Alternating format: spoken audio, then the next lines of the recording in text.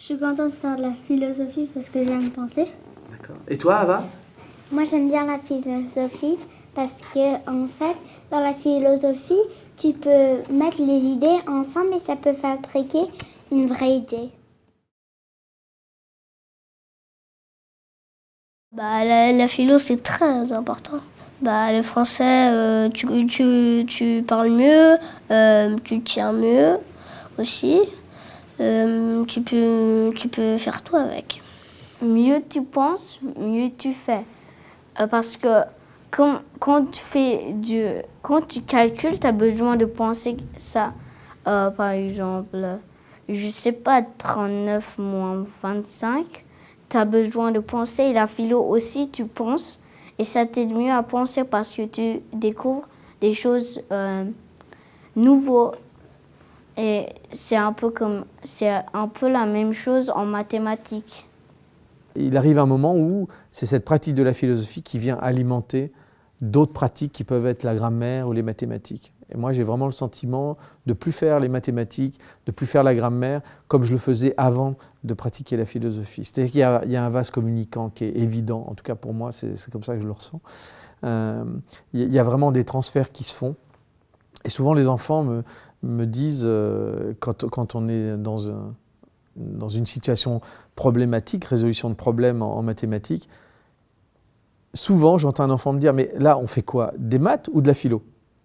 Mais le processus est le même, c'est-à-dire faire émerger les questionnements, essayer de comprendre pourquoi on pourrait le comprendre de ce côté-là ou de l'autre, et quel différence il y a, et si je ne suis pas d'accord avec l'autre, pourquoi, etc. Je crois qu'on peut mener ça à peu près dans tous les domaines. Les idées des autres, ça nous aide à penser à quoi eux ils pensent et ça nous aide à des autres idées qui viennent de notre tête. Comme hier, quand j'étais Arthur et Arsène, ils ont dit quelque chose, ça m'a donné une idée pour dire.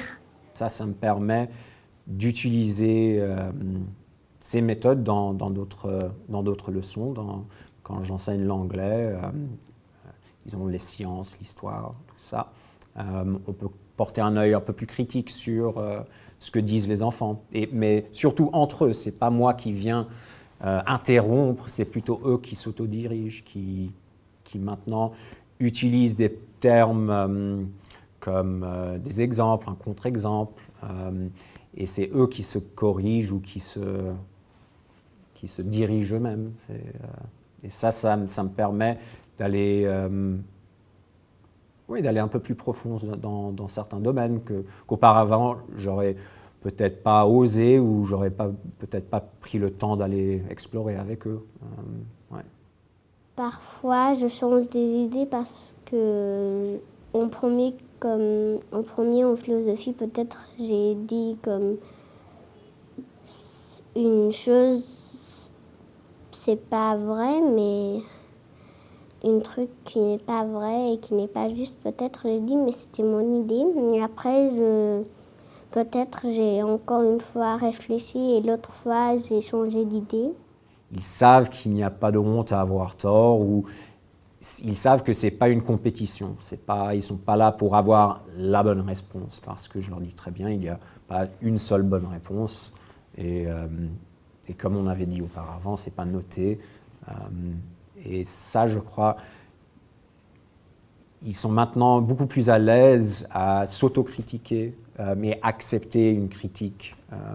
Parce que c'est toujours très personnel. Ma classe, ils ont 7-8 ans. Alors pouvoir accepter une critique de leur pensée, pour eux, c'est quelque chose d'assez mature pour eux, je dirais.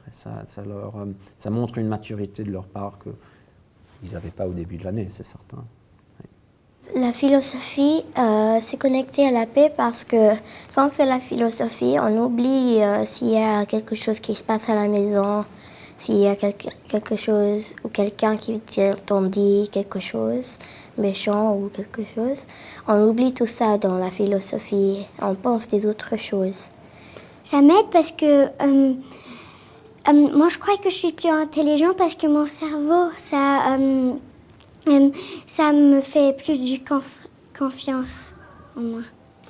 Je pense que depuis quand je fais la philosophie, tout le monde m'accepte mieux parce qu'il sait ce que je pense. Avec la philo, on peut établir de relations de confiance et ça, oui, ça aide à que le groupe, la dynamique du groupe change. Et voilà, et qu'ils s'échangent des idées sans avoir peur. Au début, c'est intéressant parce que si on pouvait avoir une espèce de détecteur, des senseurs pour mesurer les vibrations, c'est intéressant de voir comme au début, ils ne savent pas trop est-ce que j'ai dit ça ou pas. Et à fur et à mesure qu'ils voient que tout le monde participe, il n'y a rien qui se passe. Même si on ne pense pas la même chose, ils participent et ça se construit et c'est intéressant. Donc, je ne peux pas dire que la philo change la dynamique, mais je peux dire, d'après ma petite expérience, que ça peut contribuer énormément, oui, à changer la dynamique. Tout à fait. Mes parents sont contents que je fais la philosophie parce que moi, j'aime beaucoup parler et mon père, il dit « Ah, tu me fais de la philosophie » parce que je lui embête des fois. Oh, absolument, on peut s'amuser en pensant. Et je crois que les enfants de tout âge, quand ils se rendent compte qu'on leur demande vraiment d'aller plus loin dans leur pensée, d'être plus rigoureux et vraiment de se poser des questions très profondes, les enfants adorent ça. Et je dirais à tous les enseignants, juste par curiosité, il faudrait vraiment essayer au moins quelques cours, un programme, pour voir qu'est-ce que ça donne à soi-même déjà, avant de mettre en pratique. Je conseillerais avec les arguments qu'on met en place beaucoup de principes en même temps. On n'en fait pas ailleurs parce que peut-être qu'ils n'ont pas, eu l'idée de faire la philosophie ou peut-être qu'ils ne connaissent pas encore la philosophie.